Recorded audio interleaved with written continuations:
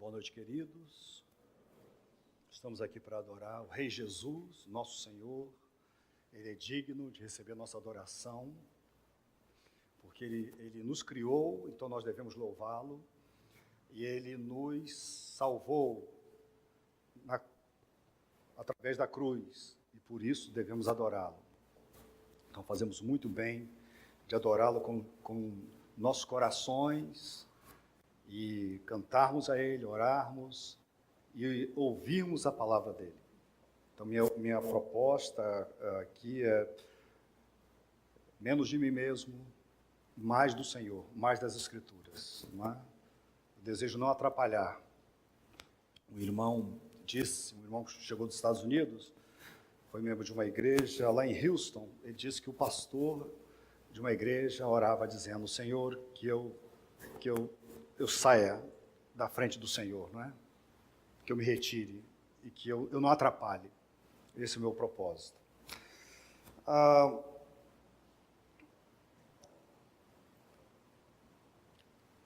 As vacinas são muito importantes. Nossos filhos são vacinados. Sempre tem reforço. Vacinas são substâncias que possuem como função estimular nosso corpo a produzir respostas imunológicas, a fim de nos proteger contra determinada doença. Então, elas nos protegem. Nós temos vacinado o rebanho do IBC.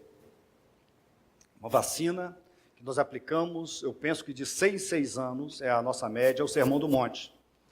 Então, acho que em 2023, já está marcado, vamos estudar o Sermão do Monte.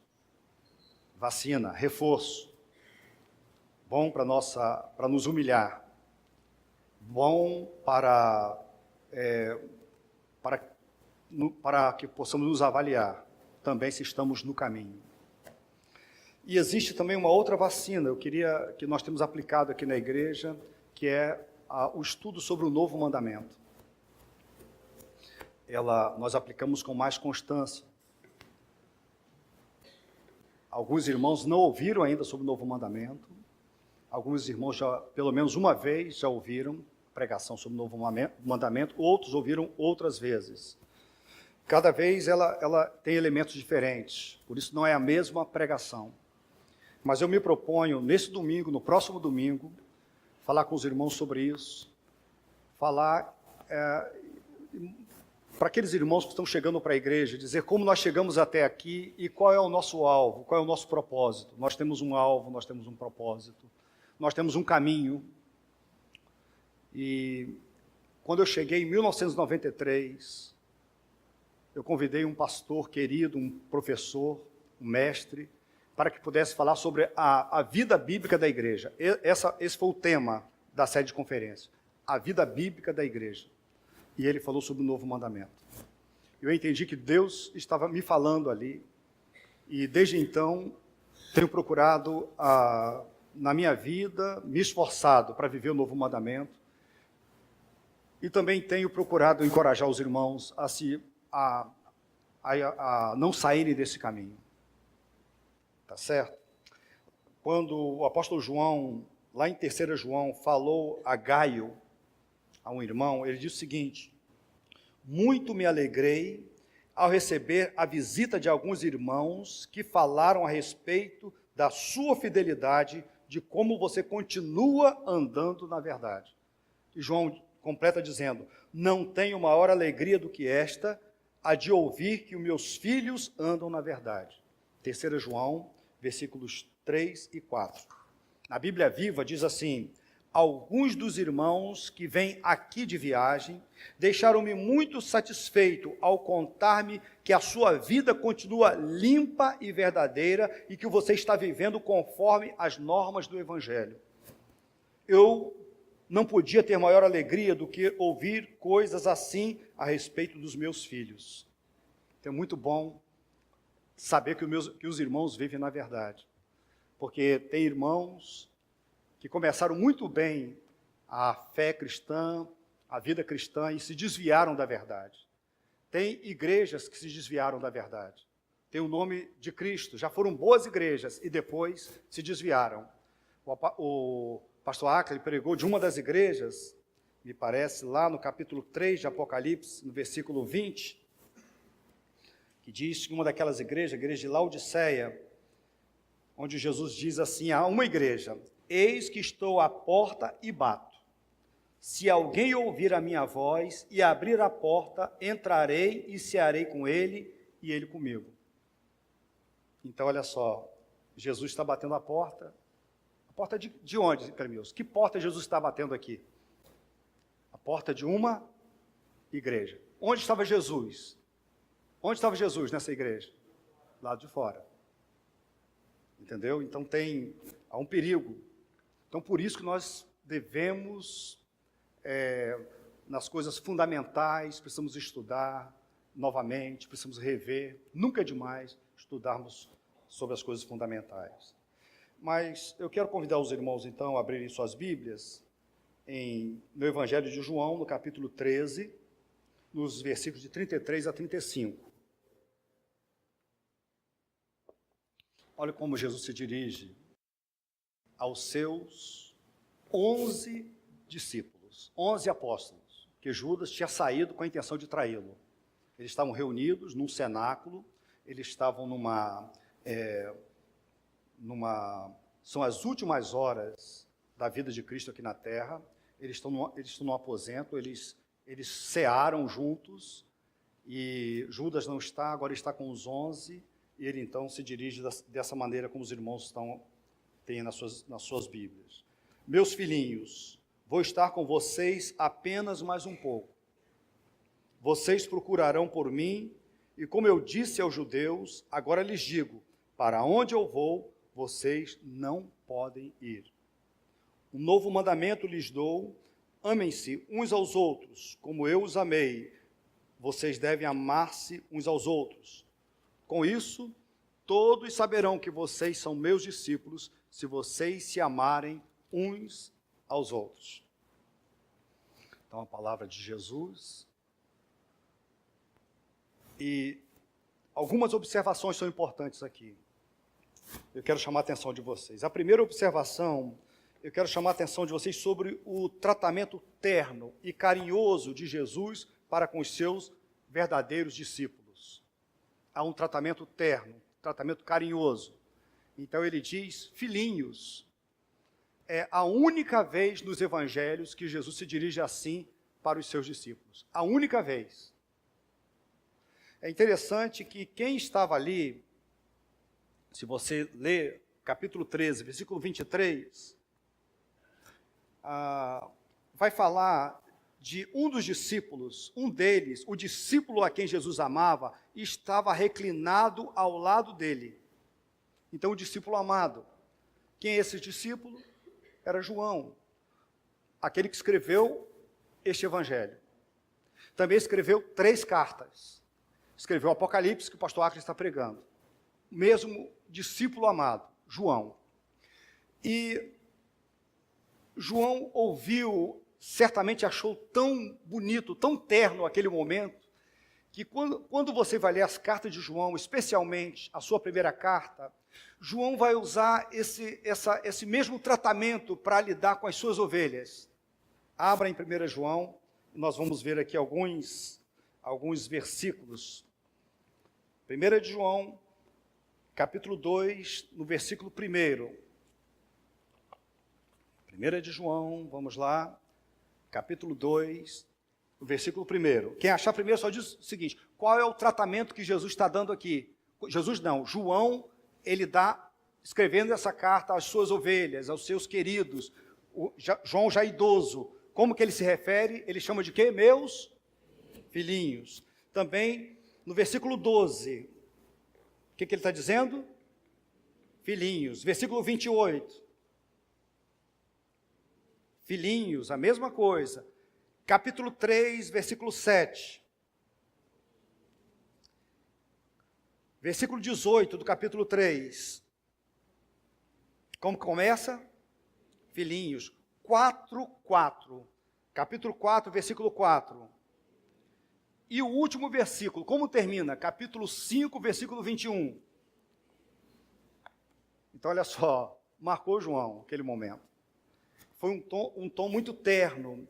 A Bíblia, no capítulo 13, no versículo 1, fala do amor de Jesus pelos seus discípulos.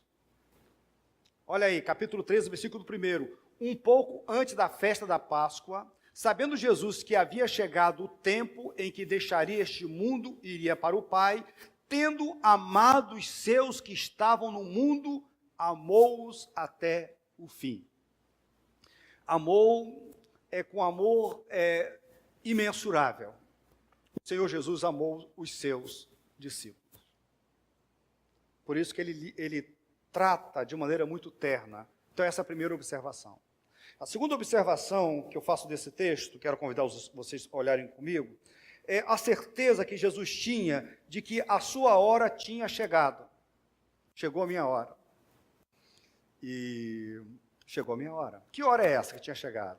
A hora da sua morte, a hora do seu sacrifício, a hora da cruz tinha chegado. Jesus estava ali, ele falou o novo mandamento e poucas horas depois ele estaria se entregando por nós numa cruz. Então ele sabia, a hora era essa. Ele tinha total domínio sobre isso, porque quando nós lemos o Evangelho de João, nós já pregamos ele aqui, muitas vezes, tanto Jesus como João vai dizer que a hora não tinha chegado. Lá no capítulo 2, versículo 4, Jesus diz para Maria, naquele primeiro milagre de Jesus, quando ele transforma aquela água em vinho, ele diz à sua mãe: que temos nós em comum, mulher? A minha hora ainda não chegou. Capítulo 7, versículo 30, é uma observação do escritor do livro. Então tentaram prendê-lo, mas ninguém lhes pôs as mãos, porque a sua hora ainda não havia chegado. Então Jesus se entregou, Vitor, na hora certa. Os homens poderosos, muito bem equipados, armados, eles já tinham decidido que iam tirar a vida de Jesus, mas isso não aconteceu enquanto não chegou a hora. Também capítulo 8, versículo 20, o próprio apóstolo João vai dizer a mesma coisa. Tá aí, capítulo 8, 20. Ele proferiu essas palavras enquanto ensinava no templo, perto do lugar onde se colocavam as ofertas. No entanto, ninguém o prendeu, porque a sua hora ainda não havia chegado. Mas no capítulo 12, versículo 23, Jesus respondeu: chegou a hora de ser glorificado o Filho do Homem. Chegou a hora, eu vou morrer, eu vou me entregar para a salvação do meu povo, mas eu serei glorificado. Eu voltarei para o meu Pai, eu voltarei para Ele. Eu saí do Pai e para Ele voltarei. Eu serei glorificado. Então, depois da morte humilhante, Jesus seria exaltado com a glória que possuía desde a eternidade. Versículo 27 do capítulo 12, ele diz: agora meu coração está perturbado, e o que direi? Pai, salva-me desta hora? Não, eu vim exatamente para isto, para esta hora. Eu vim para este momento, eu vim para esse tempo. Chegou então a hora. Por isso que no capítulo 13, versículo 1, diz que Jesus sabia que ia chegado a sua hora. E o que uma pessoa faz quando sabe que chegou a sua hora, está chegando a sua hora? O que uma pessoa faz? O que ela diz? Então, sempre penso sobre isso. Se eu soubesse que o meu tempo estaria chegando, o Senhor me levaria para estar com Ele, eu não desperdiçaria esse tempo contando uma piada, navegando na internet, assistindo o jogo do meu clube. Eu não faria isso. Eu ia focar em coisas importantíssimas. Eu queria me dedicar a Fernanda, às minhas crianças, e eu queria me dedicar a vocês, à minha igreja. Esse tempo, tenho poucas horas. O Senhor disse: eu tenho poucas horas. O meu foco é vocês. Eu tenho que dizer algumas coisas importantes. Tem coisas que Fernanda vai precisar agir, que os meninos precisam saber, e as meninas também, lá de casa, e que vocês também precisam saber. Então eu ia intensificar. E foi exatamente o que o Senhor diz. ele é a última hora, então ele vai dar um mandamento. Então esse mandamento é muito importante. Esse é o foco. Esse mandamento, ele é muito importante. Ok? Que ele vai chamar de novo mandamento. Então, esse é o destaque. Olha o 34. O novo mandamento lhes dou, amem-se uns aos outros, como eu os amei. Vocês devem amar-se uns aos outros. Mandamento é uma ordem. Diante de uma ordem, de uma autoridade, como vimos hoje, nós só temos duas opções. Ou obedecemos ou desobedecemos. Agora, de quem é essa ordem? Jesus tem autoridade para nos mandar. Vocês estudaram hoje sobre a autoridade de Jesus. Vocês estão aptos para responder isso. Jesus tem autoridade para nos dar ordens? Sim ou não? Sim. Nós estudamos hoje sobre a autoridade. Ele tinha autoridade porque Jesus é Deus. Ele tinha e tem autoridade. O apóstolo João escreve o seu evangelho e aponta para a divindade de Cristo Jesus. Ele é Deus. Lá em João, no capítulo 1, de 1 a 3, ele diz, no princípio era o verbo. O verbo aqui é Jesus. E o verbo estava com Deus, e o verbo era Deus. Ele estava no princípio com Deus, todas as coisas foram feitas por intermédio dele, e sem ele nada do que foi feito se fez. O versículo 14 diz, e o verbo se fez carne, e habitou entre nós, cheio de graça e de verdade, e vimos a sua glória, glória como do unigênito do Pai. Então Jesus, ele é Deus, ele é o Senhor, por isso ele tem autoridade para nos mandar. Ele é o mestre por excelência. Então lá em casa, quando nós damos uma ordem aos nossos filhos, e às vezes eles demoram a cumprir ou entender, Tarcísio, nós falamos, filho, só obedece. Meu filho, só obedece. Você só tem uma saída, a obediência. Você entendeu? Só obedece. E aí eles obedecem. Entendeu? E se a gente aumentar um pouquinho o tom da voz, aí ele sabe que aí a situação ficou bem crítica para ele.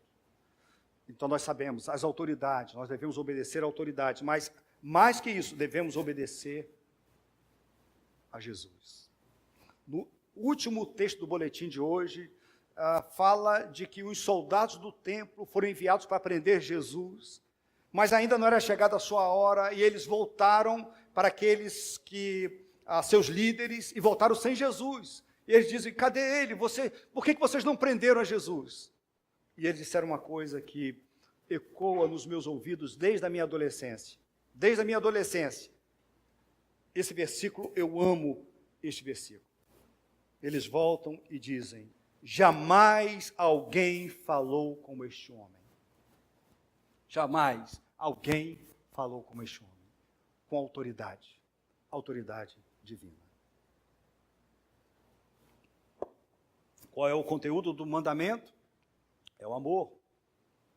O conteúdo é o amor. É o conteúdo do novo mandamento. Era um mandamento, não era novo. Porque lá no Antigo Testamento nós temos esse mandamento. Levítico 19, 18. Não procurem vingança, nem guardem rancor contra alguém do seu povo, mas ame cada um o seu próximo como a si mesmo. Eu sou o Senhor.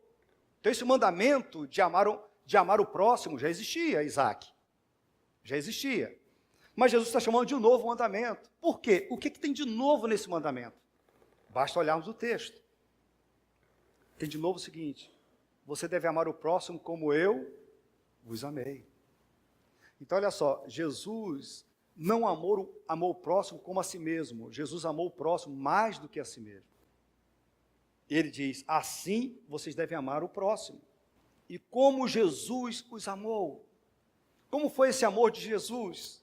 E eu quero chamar a atenção de vocês para contexto. Como que Jesus amou? Capítulo 13, versículo de 3 a 5 primeiro. Olha o que diz. Jesus sabia que o Pai havia colocado todas as coisas debaixo do seu poder. O Pai é Deus, seu Pai. E que viera de Deus e estava voltando para Deus. Olha só, ele veio de Deus, está voltando para Deus, ele tem poder para todas as coisas. O que nós esperamos no versículo seguinte? Então esperamos, Tarcísio, uma coisa grandiosa, Zilanda. Ele é Deus, ele recebeu todo o poder, então ele vai fazer uma coisa extraordinária, algo poderosíssimo. Ele vai fazer algo que vai muito grandioso. Mas olha o que diz o texto, o contexto. Vamos juntos? Assim, levantou-se da mesa, tirou sua capa e colocou uma toalha em volta da cintura. Depois disso, derramou água numa bacia e começou a lavar os pés dos seus discípulos, enxugando-os com a toalha que estava em sua cintura. Então, olha só, o que ele faz? Ele é Deus, recebi todo o poder, eu vou voltar para o meu Pai. A gente vai mover uma montanha, vai secar o oceano. Ele vai parar o sol. Não. Ele lava os pés dos discípulos. Era um costume naquela época, estradas empoeiradas, não tinha asfalto, né, calçadas, então era costume. E geralmente era um escravo, é um escravo bem humilde, na escala da escravidão, era o escravo mais humilde. Ele fazia isso. Tanto é que um dos discípulos protestou contra isso. Ele não quis deixar Jesus fazer de modo algum. E Jesus está lá lavando. Deus, com todo o poder, o Criador do universo, aquele que tem todo o poder, lavando os pés dos seus discípulos. E no versículo de 12 a 17, diz que quando Jesus terminou de lavar os pés, Jesus tomou a vestir a sua capa e voltou ao seu lugar. Então lhes perguntou: vocês entendem o que lhes fiz? Vocês me chamam mestre e senhor, e com razão, pois eu sou. Pois bem, se eu, sendo senhor e mestre de vocês, lavei-lhes os pés, vocês também devem lavar os pés uns dos outros. Eu lhes dei o exemplo para que vocês façam como lhes fiz. Digo-lhes verdadeiramente que nenhum escravo é maior do que o seu senhor, como também nenhum mensageiro é maior do que aquele que o enviou. Agora que vocês sabem estas coisas, felizes serão se as praticarem. Sabe qual é o último degrau da liderança? Sabe qual é o último degrau da liderança? Sabe qual é o último degrau de um pastor? É o serviço. É o serviço. O ápice. Se Deus fez isso, queridos, Ele fez e Ele disse: agora vocês sigam o meu exemplo. Sirvam uns aos outros. Amem. Ele amou os seus apóstolos assim. Eles ficaram admirados com aquilo. E agora nós também devemos fazer isso pelos nossos irmãos também. Ah, queridos. Olha para Filipenses capítulo 2, de 3 a 8, vamos ler juntos, um texto que nós conhecemos bem. Olha só que Paulo, compreendendo isso, né? Vamos juntos? Nada façam por ambição egoísta ou por vaidade, mas humildemente considere os outros superiores a si mesmo. Cada um cuide não somente dos seus interesses, mas também dos interesses dos outros. Seja a atitude de vocês a mesma de Cristo Jesus, que, embora sendo Deus, não considerou que o ser igual a Deus era algo que devia apegar-se, mas esvaziou-se a si mesmo, vindo a ser servo, tornando-se semelhante aos homens, e sendo encontrado em forma humana, humilhou-se a si mesmo e foi obediente até a morte, e morte de cruz. Se Deus se humilhou assim, se Deus fez isso, porque tem crentes tão vaidosos. Vamos falar de... Hoje eu conversei com o irmão Milne e falei: irmão Milne, imagine uma igreja vivendo isso aqui. Os crentes. Se tem lugar para divisão, se tem lugar para fofoca, para agressões. Todo mundo, Sônia, todo mundo querendo servir o outro.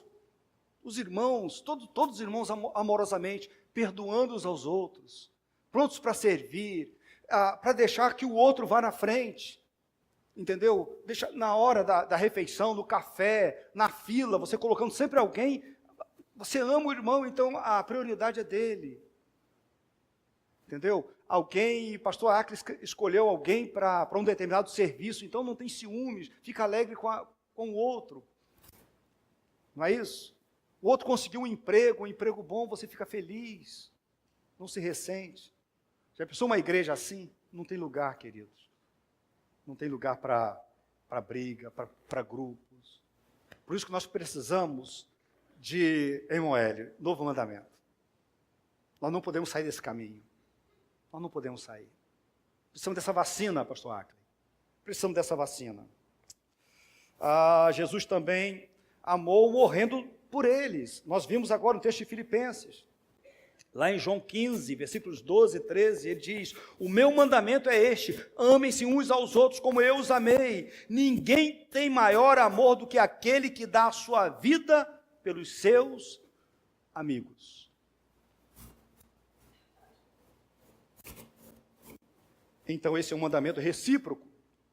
É um mandamento que eu devo exercer para com os irmãos para comigo. É um mandamento recíproco. Mandamento recíproco é uma mão lava a outra. É isso aqui. O que é reciprocidade? É isso aqui. Uma mão lava a outra.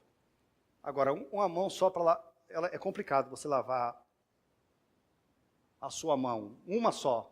Você precisa das duas. Mandamento recíproco é exatamente isso. A obediência do crente, ela é reveladora. Em primeiro lugar, ela revela a nossa autenticidade. Revela a nossa autenticidade. Eu separei alguns versículos que vai falar sobre isso. A nossa autenticidade. Olha aí, João 14, versículo 15, Jesus fala. Vamos juntos? Se vocês me amam, obedecerão aos meus mandamentos. Então, quem ama Jesus, obedece os seus mandamentos. E qual é o novo mandamento? É que nós devemos amar. Quem ama Jesus, obedece. Versículo 21, todos juntos?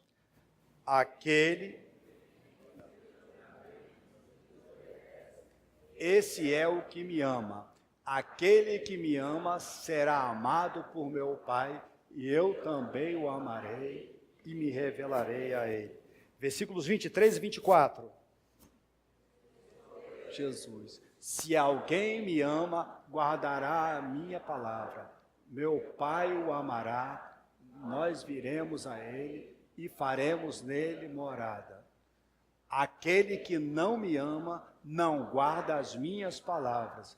Estas palavras que estão ouvindo não são minhas, são de meu Pai que me enviou.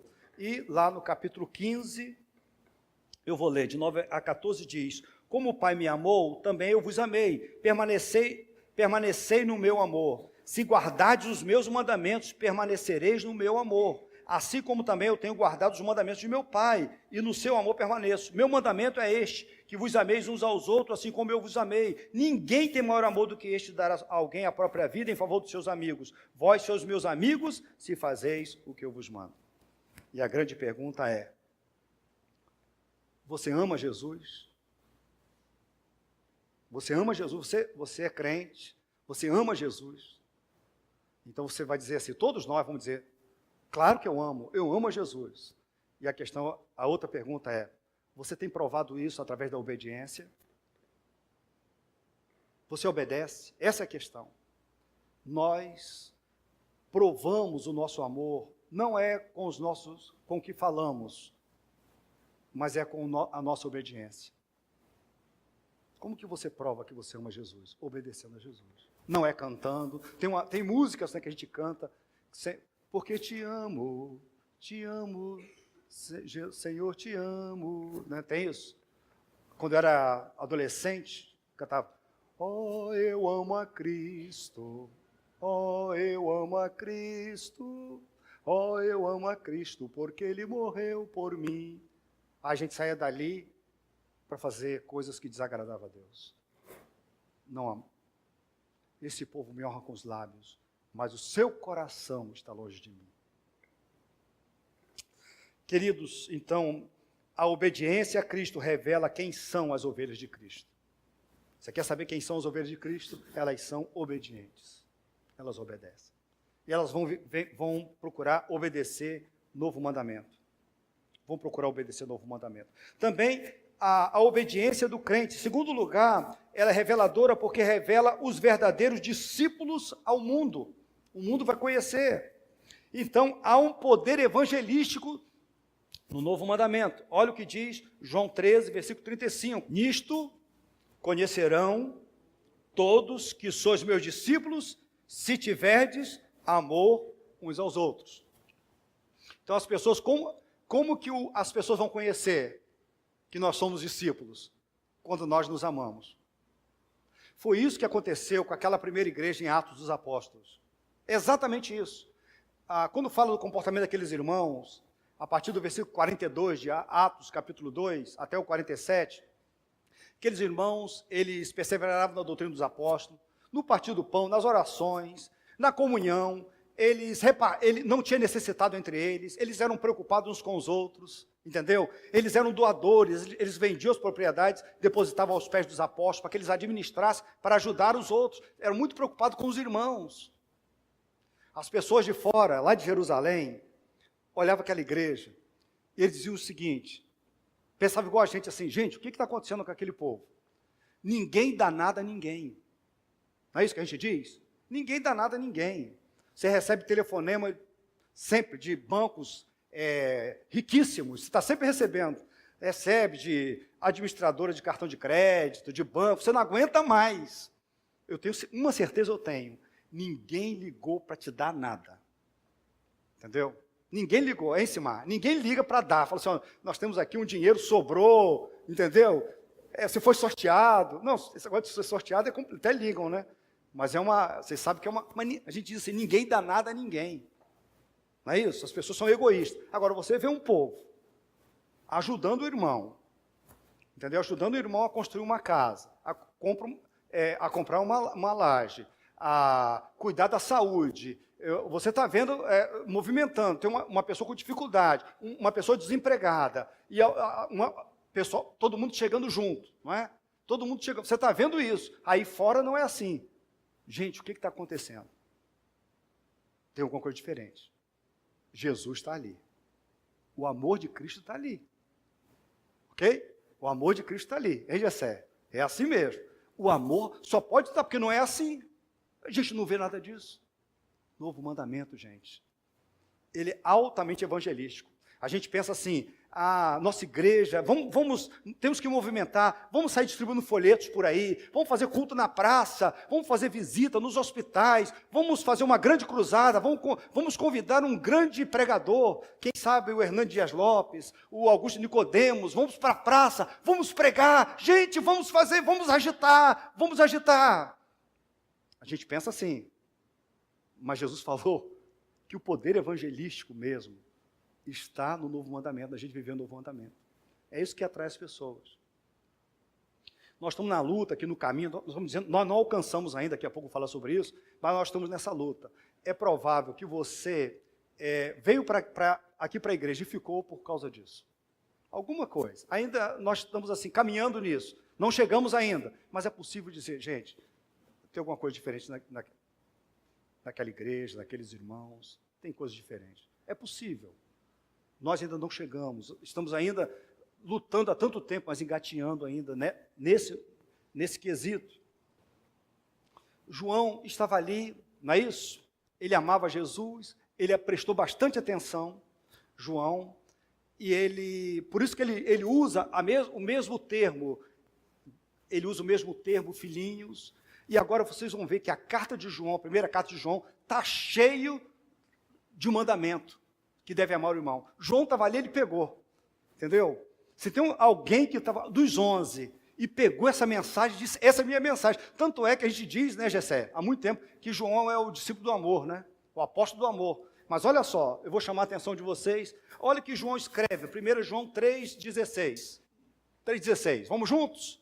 Nisto conhecemos o que é o amor. Jesus Cristo deu a sua vida por nós, e devemos dar a nossa vida por nossos irmãos. Gente, com quem João aprendeu isso? Com quem João aprendeu isso? Ele estava lá, ele ouviu. Também, olha capítulo 2, de 9 a 11. Vamos juntos? Quem afirma estar na luz, mas odeia seu irmão, continua nas trevas. Quem ama seu irmão, permanece na luz, e nele não há causa de tropeço. Mas quem odeia seu irmão, está nas trevas, e anda nas trevas. Não sabe para onde vai, porque as trevas o cegaram. Olha só, você conhece algum irmão que odeia o outro? Algum crente já foi membro de alguma igreja onde tinha gente odiando o outro? E às vezes falava assim, como se fosse uma grande coisa. Não sentava perto, não ia na casa, não conversava, evitava, entendeu? Às vezes desprezava, ignorava. Hoje eu liguei para um grande amigo meu, um pastor, e ele disse que ele foi cumprimentar uma ovelha dele. Hoje, e a ovelha ignorou ele. Hoje eu fui cumprimentar uma ovelha, hein, Jonas? E a ovelha ignorou. Não quis cumprimentar. Um dia eu quis cumprimentar um irmão, aqui na igreja, né? Quis cumprimentar, e eu estendi a mão, fiz assim. E ele fez assim.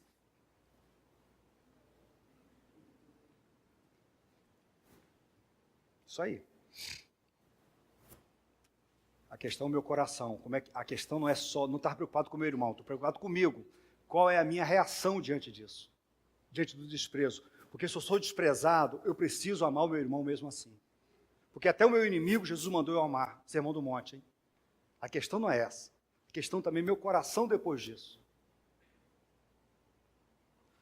Capítulo 3, de 14 a 19. Olha o que João diz. Vamos juntos? Sabemos que já passamos da morte para a vida, porque amamos nossos irmãos. Espera aí, o que é isso? O que é isso? O que é sabemos que passamos da morte para a vida? O que é isso? Sabemos que somos o quê? Salvos, que somos crentes, não é isso? Qual é uma das marcas de um crente verdadeiro? É que ele é o quê? Ele ama o irmão. Quem não ama, permanece na morte. Vamos mais? Quem odeia seu irmão é assassino, e vocês sabem que nenhum assassino tem vida eterna em si mesmo. Nisto conhecemos o que é o amor. Jesus Cristo deu a sua vida por nós e devemos dar a vida pelos nossos irmãos. Se alguém tiver recursos materiais e vendo seu irmão em necessidade, não se compadecer dele, como pode permanecer nele o amor de Deus? Filhinhos, não amemos de palavra nem de boca, mas em ação e em verdade. Assim saberemos que somos da verdade e tranquilizaremos o nosso coração diante dele. Muito bem. Mas tem muitos textos. Olha só. Capítulo 4, eu não vou ler, é longo.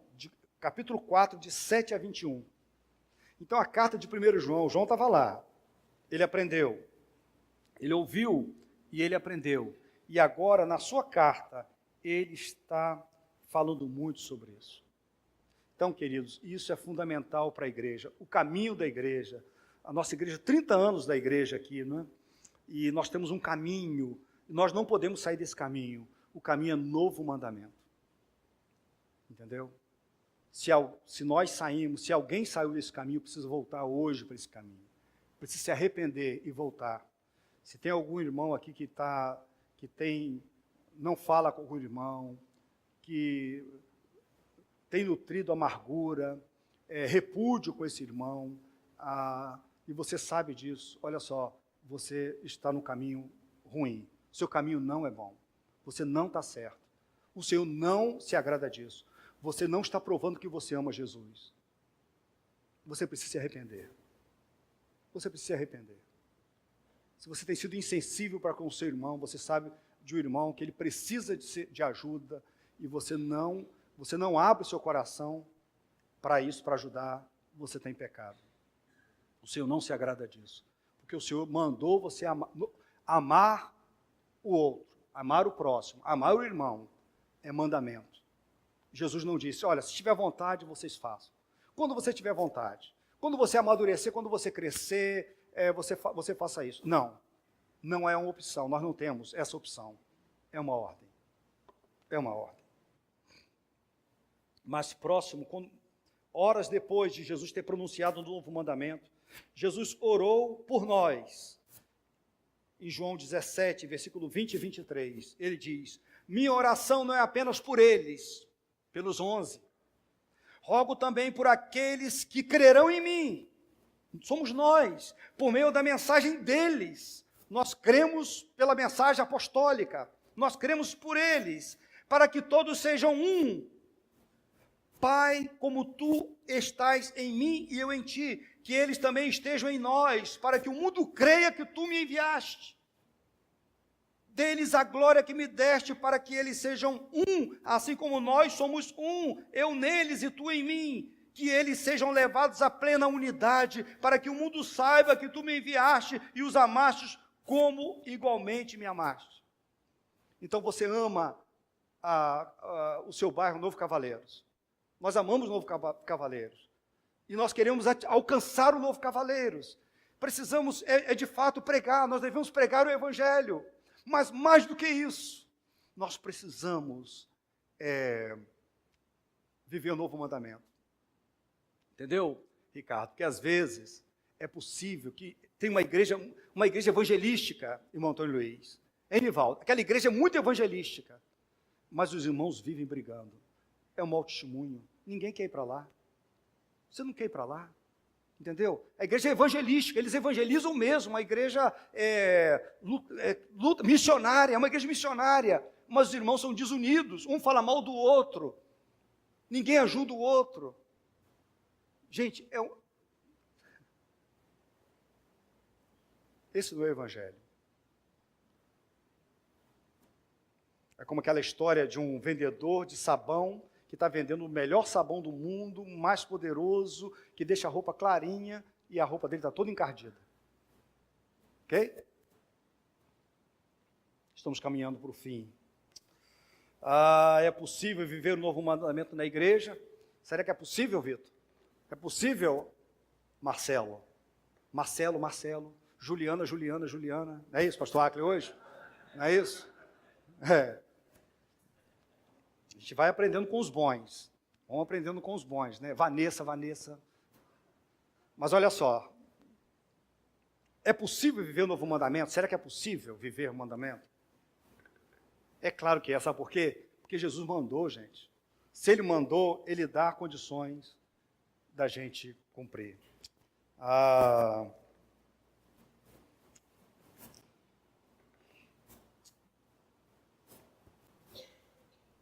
Eu quero falar sobre, já estou terminando, falar sobre uma faceta do amor, porque amar é o seguinte, é ajudar, é chegar junto, ajudar a levar a carga do irmão, é perdoar o irmão, é ser um doador, é ser uma pessoa generosa, tudo isso é verdade. Mas tem uma faceta importante do amor que é verdadeira, sabe qual é? É que o amor, ela exige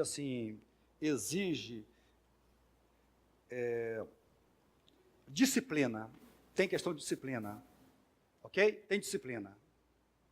O amor, olha só, quem ama, corrige. Eu tenho aqui grandes irmãos, amigos meus, eu tenho assim, paixão pelos meus amigos. Nesses anos todos, tem uns irmãos assim, que estão sempre cuidando de mim e me mimando. Tem vários irmãos que têm muita coisa comigo.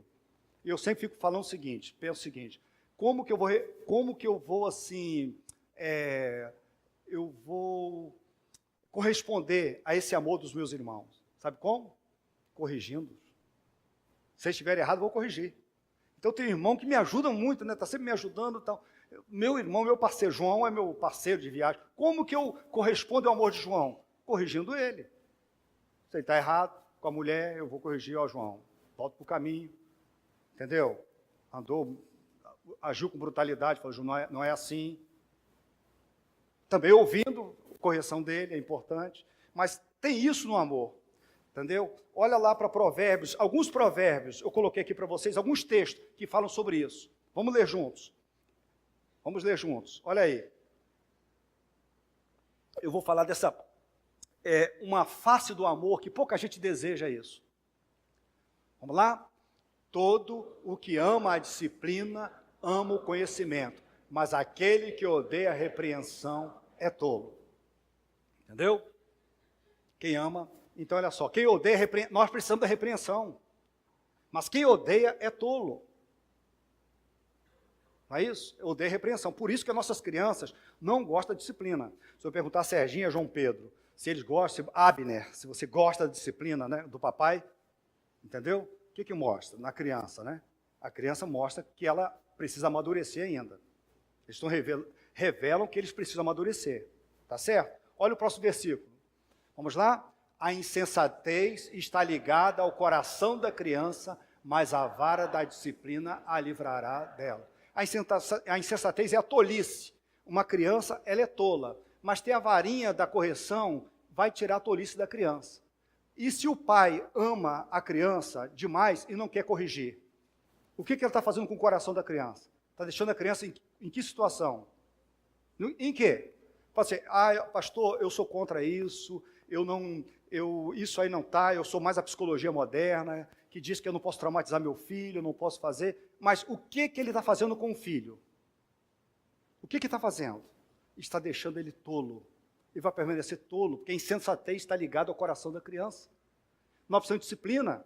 O Senhor nos disciplina, é isso que nós vamos ver. Mais versículos, vamos lá? Vamos juntos? Quem se nega a castigar seu filho, não o ama. Quem o ama... Gente, eu amo tanto, pastor, eu não tenho... Eu nunca disciplinei um filho meu. Eu amo muito meu filho. Olha só, você não ama. Você não ama. Você não disciplina, você não ama. Se você quer saber como disciplinar, você precisa procurar pastor Ackley. Ele vai falar como é. Entendeu? Nós precisamos, olha só, se você ama, você precisa corrigir, você precisa disciplinar. Quem falou isso? Foi o pastor Ruiter. Não fui eu. A Bíblia diz isso. Deus fala isso. Tem mais. Vamos juntos? Pois o Senhor disciplina quem ama, assim como o pai faz ao filho. Então, quando você se nega a disciplinar seu filho, está dizendo assim, eu não o amo. Quando a avó ou o avô, né, quer impedir os pais de disciplinar os filhos, estão impedindo os pais de amarem seus filhos. Ok? Isso é grave. Eu não gosto de disciplinar, não faço com prazer, mas eu tenho que fazer, porque por causa do amor, porque eu os amo. Olha, Hebreus capítulo 12, 5 a 6. Vocês se esqueceram da palavra de ânimo que ele lhes dirige como a filho. Meu filho, não despreze a disciplina do Senhor, nem se magoe com a sua repreensão, pois o Senhor disciplina quem ama e castiga todo aquele a quem aceita como filho. E por último, texto lá de Apocalipse 3:19, repreendo e disciplino aqueles que eu amo, por isso seja diligente e arrepende-se. Então olha só, nós amamos, queremos continuar nesse caminho, uma igreja amorosa, mas nós não vamos abrir mão da disciplina bíblica. Entendeu? Não vamos abrir mão da disciplina bíblica. Nós não podemos abrir mão. Nós amamos irmãos. Então, tem irmãos que ficam há muito tempo aqui, irmãos queridos meus, quando tem um caso de disciplina na igreja, quando temos que até chegar às últimas consequências, caso de excluir um membro da igreja, é uma dificuldade. Tem irmãos que não querem votar nisso. Sabe por quê? Sabe por quê? Porque não amam. Porque não amam. A igreja que não disciplina seus membros, ela não os ama. A igreja que não disciplina, que não corrige, que não confronta, ela não os ama. Se tem uma pessoa que você conhece, é seu irmão em Cristo, e você está vendo, ele está no caminho errado, você tem vergonha de falar com ele, você não o ama. Você precisa falar com ele. Porque uma das faces importantes do amor é a correção. Amorosa. Você vai falar com tristeza. Eu não queria fazer isso. Você vai se arriscar, às vezes, a levar uma patada. Ovelha da patada, né? Você vai tomar uma patada. Não é isso? O indivíduo é grosso, mas é tolo, aí é tolice. Quem não ama a repreensão é tolo, né? Você já sabe que o indivíduo é tolo. Porque aquele que ama vai dizer, olha só, muito obrigado. Não foi fácil para mim ouvir o que você falou, mas muito obrigado. Eu termino, queridos, dizendo o seguinte. Lembra que eu estou falando sobre o caminho da nossa igreja nesses 24 anos? É isso que eu estou falando. Várias vezes eu preguei sobre isso. Na semana que vem eu continuo pregando sobre isso. Mas olha só. Por isso, nós enfatizamos aqui na igreja reuniões formais e informais na igreja. Por isso que a gente tem sempre reuniões aqui na igreja. Sabe por quê? E a gente chama os crentes para virem aos cultos. Domingo de manhã é bem concorrido, domingo à noite também. Sabe por quê? Como que você vai amar uma pessoa se você não convive com ela? Como que você vai amar alguém se você não convive? A pessoa não quer convivência. A pessoa não quer se relacionar. Entendeu? Como que ama? Eu queria saber. Eu acho que todo crente deveria estar assim pronto para abrir a sua vida, o seu coração, o seu lar, e dizer, não, eu quero ser amigo. Eu quero ser amigo. Então, olha só, não me incomodem, não me incomodem, eu quero assistir o culto, eu quero ser membro dessa igreja, mas eu não quero ter aquele compromisso, essa amizade, estar na minha casa, eu na casa dos outros, muita conversa, não, isso não é comigo. Olha só, eu vou te dizer assim, uma coisa muito breve sobre isso. Eu não vou dizer que nem aqui não é o seu lugar, eu vou dizer que o seu lugar não é na igreja de Cristo. Porque a igreja de Cristo, ela é relacional. Eu não vou dizer que aqui, não é na IBC o seu lugar. Não é na igreja de Cristo. Você tem que procurar uma outra instituição que vai, eu não sei se você é homem, é maçonaria, se é Rotary, se é Lions, se é qualquer organização filantrópica, porque a igreja de Cristo é altamente relacional. Você tem que amar o irmão, mas não é só isso, você tem que dar a vida pelo irmão. Por isso a nossa igreja está estruturada em relacionamentos e não em programas. Nós valorizamos mais amizades do que programas. Então não tem programa, você não vai vir aqui, vai ver, tem um conjunto novo, tem uma banda, tem um cara que morreu, foi no inferno, ressuscitou e está aqui, um indivíduo foi bruxo no Brasil e todo. Não tem isso, aqui não, você não vai ter isso. ênfase em conjunto, em grupo musical, não vai ter isso. Programas, a gente não vai ter. Porque a nossa ênfase está nos relacionamentos. Por isso, nós temos pequenos grupos de comunhão, há mais de 20 anos, grupos pequenos, para quê? Não tem como você ter comunhão com a igreja inteira, você tem com o seu grupo pequeno.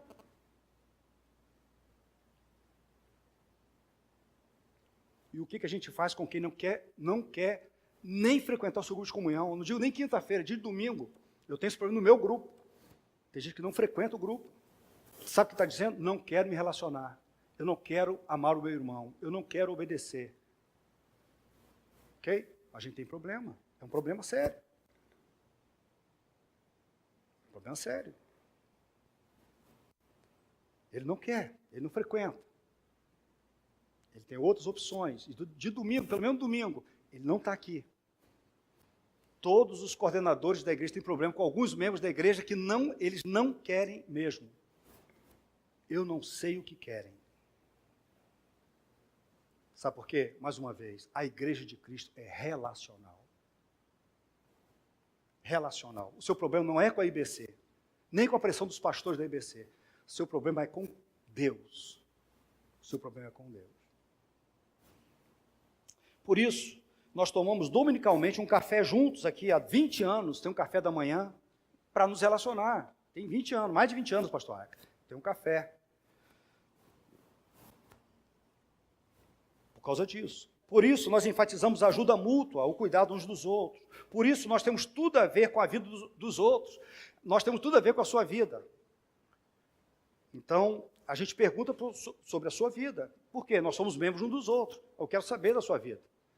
E às vezes eu pergunto uma coisa e o crente fica assim, é minha ovelha, fica, hein? Tipo assim, você não tem nada com a minha vida. Como se estivesse dizendo, que isso? Você não tem nada com a minha vida. Olha só, outra coisa importante, nós temos tudo a ver com a sua vida. Nós somos um só corpo, nós somos uma só família, nós temos que nos amar. Então eu tenho tudo a ver com a sua vida. Então eu posso perguntar para onde você vai.